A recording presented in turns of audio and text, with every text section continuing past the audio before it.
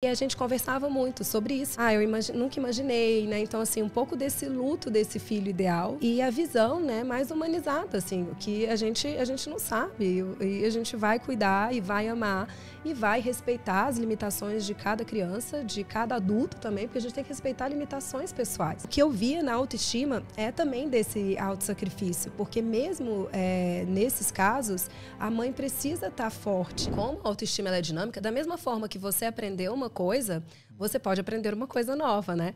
Eu falo que, assim, a maternidade, eu gosto de brincar, assim, fazer uma referência, né? Eu acho que a maternidade é igual uma pochete. A gente vai colocando várias coisas ao longo da nossa vida, né? Dentro de uma pochete de vida. E aí chega a maternidade, eu quero usar esses instrumentos que estão lá na minha pochete, só que eles não servem para aquilo. Porque eu não sei como lidar, às vezes, com uma criança que não é a minha criança idealizada. Porque a gente idealiza um tipo de filho e nasce outro. É verdade. Ainda mais eu que falo muito sobre o TDAH, as mães elas comentam muito sobre isso, né? Porque existe uma tal da expectativa, né? Poxa, vai nascer aí o próximo Ayrton Senna, o próximo Michael Phelps, o próximo Einstein. E aí, geralmente, pode ser que não aconteça isso. E como você lidar? Você vai ficar frustrado? Essa frustração vem de você, né? Não é uma frustração do filho. Ele tá ali, nasceu, ele tá vivendo a vida dele. Uma frustração, muitas vezes, dos pais. Eles têm que entender isso, né? Saber separar uma coisa da outra, né? Com certeza. Você sabe que, assim, num dos meus estágios da psicologia, você falando, assim, de crianças especiais, né? Eu trabalhei com ecoterapia. E eu acho, assim, a ecoterapia linda, né? E todas as vezes que eu ia para o meu trabalho, depois desse estágio, eu ia, assim... Eu já tinha o Matheus, né? Meu filho. Meu primeiro filho. O Matheus é o mais velho. É o mais velho. Eu já tinha o Matheus e eu sentia, assim, a dor daquelas mães. A dificuldade. E, de novo, né? Só tinha mães. Eu acho que se tinha um avô aqui em Brasília, se tinha um avô levando a criança, era muito. Mas, assim, basicamente, as mães... muitas vezes largam os empregos, né? Assim, que realmente se volta ali para a criança, né? Nesse caso da ecoterapia, a gente trabalhava muito com crianças com espectro autista, Sim. Né? E a gente via isso, né? Legais, né? Muito, porque assim, aí tem várias coisas, né?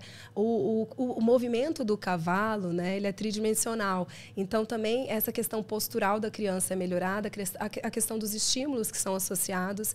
O cavalo tem uma imponência muito grande, mas é doce, né?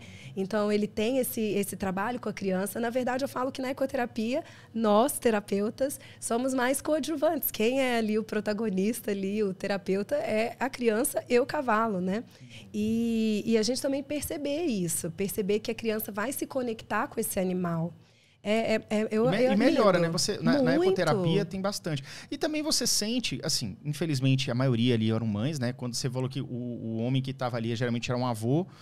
Mas a melhora na criança com relação à aplicação da ecoterapia também alivia um pouco a dor dessa mãe, essa dificuldade que ela está vivendo ali, a ver o progresso do seu filho, né? E elas ficavam muito felizes, assim. É muito interessante porque a gente sempre faz uma anamnese, né? A gente tem uma conversa inicial com os pais, né? E normalmente é só a mãe. A gente pedia para ir os pais, mas normalmente é só a mãe, né? Nessa entrevista. E a gente conversava muito sobre isso, né? Eu nunca imaginei, né? Então, assim, um pouco desse luto desse filho ideal, né?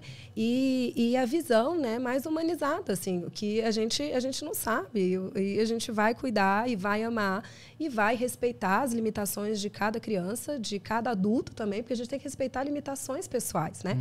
Agora, assim, o que eu via na autoestima é também desse autossacrifício, porque mesmo nesses casos, a mãe precisa estar forte, né?